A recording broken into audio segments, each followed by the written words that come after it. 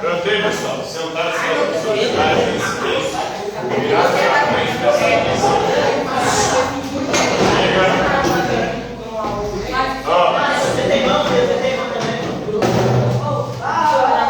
Cada um dos seus lugares em silêncio, virados para frente, prestando atenção.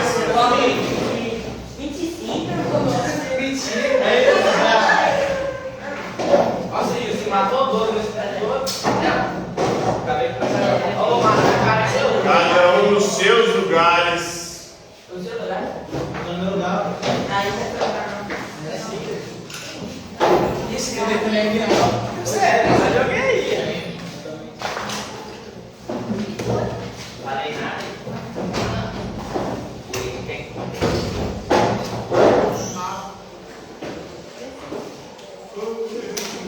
Na aula de hoje vamos falar de Bíblia. Bíblia é o livro sagrado dos cristãos. Bíblia é uma palavra de origem grega, significa livros, ou seja, um conjunto de livros.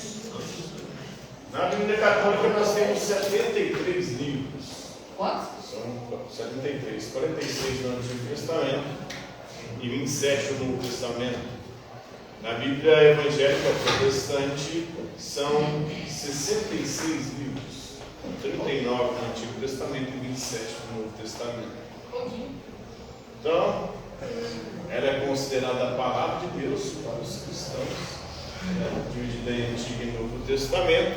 Hoje nós vamos falar especificamente na Bíblia do Evangelho de Lucas, mais precisamente de um trecho do Evangelho de Lucas que está lá no capítulo 9, versículos 12 ao 17, mas é um texto que se encontra também nos outros evangelhos. Lucas, que é o terceiro evangelho, Lucas teria sido discípulo, segundo a tradição, de São Paulo, e escrito tanto o evangelho que leva o seu nome, quanto o livro dos Atos dos Apóstolos.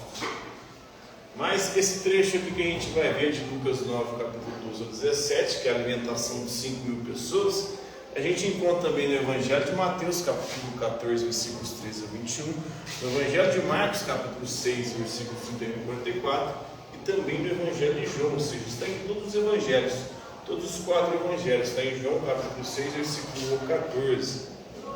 Então, Jesus teria tomado 5 pães e 2 peixes, olhado para o céu, deu graças e, a partir disso, ele entregou para os seus discípulos.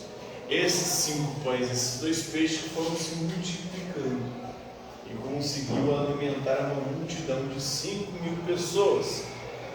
Então, é um trecho, é uma passagem bíblica que mostra como que Deus satisfaz a fome do seu povo. Não só a fome material, mas a fome espiritual. A fome material, que é a fome do corpo que ele matou com os peixes e os pães, e a fome espiritual, ele mata com a sua própria palavra, a palavra que ali foi ensinada com Jesus, porque antes de Jesus multiplicar os pães e os peixes, ele fez uma pregação edificando aqueles que ali estavam reunidos em torno dele. Ele fez uma pregação, transmitiu a palavra de Deus e também, segundo o relato, teria ali curado alguns doentes e libertado algumas pessoas do demônio. Esse episódio teria acontecido entre os anos de 27 e 29 depois de Cristo, na cidade de Betsaida. Então Jesus, os personagens desse trecho é Jesus, que é considerado o Messias, o ungido, o Filho de Deus, que teria sido enviado para salvar a humanidade, teria sido o próprio Deus encarnado, a palavra de Deus que se fez carne e habitou entre nós. Estava no auge da sua pregação na Galiléia. Junto com ele estavam os 12 discípulos, que eram os seguidores escolhidos, apóstolos, que significam enviados para proclamar a boa nova, a boa notícia, o Evangelho, o reino de Deus para todos os povos. Então são os seguidores escolhidos por Jesus, 12, remetendo às 12 tribos de Israel, os 12 filhos de Jacó, lá do Antigo Testamento. Esses 12 discípulos o ajudaram a curar os doentes, essa multidão, e também alimentar a própria multidão. Segundo algumas interpretações, esse milagre não é bem um milagre da multiplicação. dos pães e dos peixes. Mas seria o milagre da partilha, porque quando todos partilham, sobra, né? Dá para alimentar e satisfazer a todos e sobra. O problema que nós vivemos no mundo é que as pessoas não partilham, as pessoas só querem acumular e não partilhar. Então, por egoísmo, as pessoas querem cada vez mais para si. E quanto mais as pessoas acumulam, mais outras passam necessidade. Então, quando alguns têm muito, grande parte tem muito pouco. Então, vai se acumulando nas mãos de alguns poucos poderosos, enquanto a maior parte da população passa necessidade. Então, seria um milagre da partilha. À medida que eles iam repartindo, as coisas iam multiplicando, porque é repartindo, é partilhando, que você tem condições de dividir e dar acesso a todos, principalmente no caso aqui a alimentação, né? Então tinha uma multidão que seguia Jesus, segundo alguns relatos, 5.000, né? Segundo alguns estudiosos, mais de 20.000 pessoas foram alimentadas. Segundo outros, Jesus nunca reuniu, segundo estudiosos mais rigorosos, Jesus nunca chegou a reunir 5.000 pessoas. Tinha um grupo ali pequeno de discípulos, talvez uns 100, né? Pessoas que o seguissem, juntando homens e mulheres, tinha os 12 mais próximos, e o 100, um grupo pequeno, não chegava a 1.000, não. Até porque naquela época não tinha microfone alto-falante para falar para essa multidão aí. Era complicado, né? Você precisava de um lugar com uma acústica bem boa para você conseguir se comunicar com tanta gente. Então provavelmente não era esse tanto de seguidores que Jesus tinha, segundo alguns estudiosos. Então a multidão, principalmente judeus, moradores dos povoados, perto da cidade de Betsaida, eles teriam ido lá para contar a fama de Jesus ser um milagreiro. Eles queriam a cura para as suas doenças, a libertação do demônio, e ouvir as palavras de Jesus. E acabaram, ao final, sendo alimentados, né? Então Jesus, primeiramente, ele buscou a solidão, próximo ao mar da Galileia, Betsaida, ali, depois que ele ficou sabendo da morte de João Batista. João Batista havia sido assassinado, decapitado. E aí Jesus buscou a solidão para poder entrar em contato com Deus, até porque ele pressentia de alguma forma que o fim dele seria muito parecido com o fim de João, porque a sua pregação acabava incomodando os poderosos daquela época.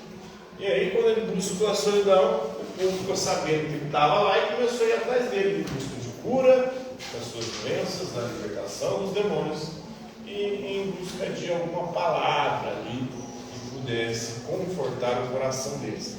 Essa multidão foi procurá-lo, e ele começou a curar, libertar as pessoas do demônio, transmitiu a sua palavra, e aí já estava ficando tarde.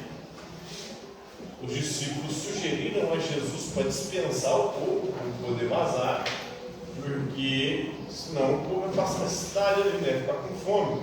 Aí Jesus falou: não, dá vocês mesmos de comida para eles. Eles falaram: mas como, Jesus? A gente só tem 5 pães e 2 peixes, para quem vai alimentar essa multidão de 5.000 pessoas? Aí Jesus falou: então me tragam lá os 5 pães e 2 peixes. Eles trouxeram os 5 pães e 2 peixes. Jesus levantou os peixes e os pães para o céu, deu graças e entregou para os discípulos. Começaram a partilhar, e nessa partilha foram se multiplicando os pães e os peixes, né? O pão na Bíblia é um símbolo da vida. Deus está constantemente ali concedendo pão para o seu povo. Inclusive lá no Antigo Testamento, no livro do Êxodo, o povo, quando se liberta da escravidão no Egito, começa a passar fome, a necessidade. E aí Deus começa a mandar um pão do céu. Como é que chama o pão do céu que Deus mandava? Olha, maná, né? Maná é o pão do céu que Deus enviava. Então, o símbolo de vida, porque é o alimento que garante o sustento, e o corpo são ali do povo, né? Então, são 5 pães. Uma outra versão, alguns evangelhos têm 2 versões da alimentação. Uma versão tem 5.000, outra versão são 4.000. Uma versão é os judeus que estão procurando Jesus, Uma outra versão são os gentios, são os povos paganos que estão ali sendo evangelizados pelo Cristo. Então nós temos trechos da Bíblia, por exemplo, que diz que o Senhor dos Exércitos preparará um farto banquete para todos os povos. Então, uma promessa. Eles acreditam que a Bíblia de Deus é cheia de profecias que se cumprirão, ou que se cumpririam quando viesse o Messias. E para os cristãos, o Messias é Jesus. Então ele é o Filho do Senhor dos Exércitos.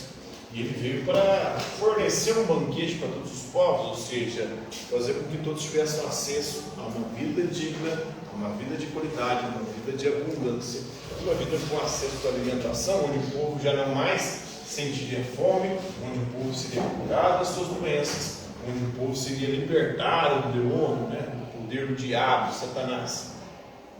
No outro texto tem lá, diz o Senhor abençoará este lugar com fartura, os seus pobres suprirei de pão. Ou seja, ele promete aí mais uma promessa, uma profecia. Inclusive, verdade em hebraico é amém. Amém significa assim seja. Ou seja, se Deus prometeu, é porque assim será. Essas promessas se cumprirão, porque Deus é a verdade. O próprio Jesus dizia: eu sou a verdade, o caminho e a vida. Ninguém vai ao Pai senão por mim. Então, a palavra de Deus é a verdade. Tudo aquilo que Deus prometeu vai se cumprir, porque é verdade. Porque o próprio Deus é a verdade. Então, essas profecias é que se cumprem principalmente em Jesus Cristo. Jesus Cristo tem sido o cumprimento dessas promessas, dessas profecias, ao alimentar o povo, ao fazer os seus milagres. Os discípulos duvidaram de Jesus no primeiro momento, porque Jesus não dá, Jesus. Muito pouco pão, muito pouco peixe para 5.000 pessoas. Ali, Jesus, nesse trecho, nessa passagem, se mostra ali como o rei judeu, como o Messias enviado pelo próprio Pai para trazer esse alimento, esse banquete para o seu povo. Então, esse relato aí da alimentação, do milagre da multiplicação dos pães e dos peixes, é relatado em todos os evangelhos, mas de formas diferentes. Cada evangelho tem suas peculiaridades. Em Mateus e Marcos, por exemplo, tem duas passagens de multiplicação dos pães e peixes.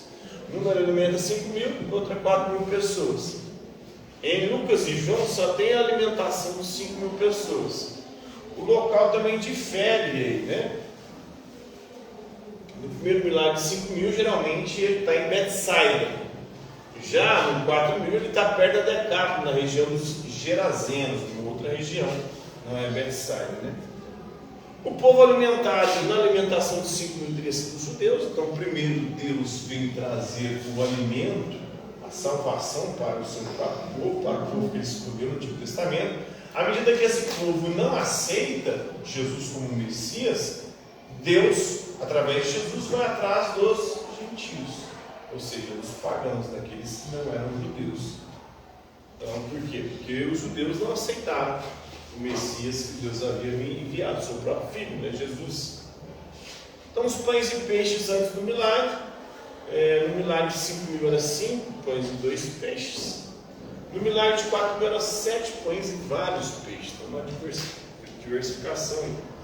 Então, a comida restante após o milagre, depois dessa partilha, além de todo mundo se saciar, todo mundo ali ficar cheio, No milagre de 5.000 sobra 12 cestos. No milagre de 4.000 sobra 7 cestos. São todos números aí simbólicos, que representam uma simbologia muito mais do que uma realidade, do que um fato histórico. 5, por exemplo, representa o Pentateuco, a Torá, os 5 primeiros livros da Bíblia, que é Gênesis, Êxodo, Levítico, Números e Deuteronômio, os 5 primeiros livros da Bíblia. Então, 5 pães representa esses 5 primeiros pães que Deus enviou para o povo, que é a sua palavra. Porque nem só de pão vive o homem, mas de toda a palavra que sai da boca de Deus. Então, essa primeira palavra, os 5 primeiros pães, estão ali, nos 5 primeiros livros da Bíblia, o Pentateuco, na Torá, como os judeus chamavam. 2, vem se somar aos 5, vira 7. 7 é o número da perfeição na Bíblia. Então, por exemplo, pergunta para Jesus, quantas vezes tem que perdoar? Ele fala 7, 70 vezes 7, 12 representa as tribos de Israel, então tem os 7 aí. 5 o Pentateuco, 7 a perfeição, 12 a plenitude. 20, porque 12 são as 12 tribos, são todos os povos. Né? Então é isso aí. Aqui nós temos esse milagre, então, um pouquinho na Bíblia, da alimentação de 5.000 pessoas, que é o relato aí mais presente, um dos poucos casos de relato que tem nos 4 evangelhos, beleza?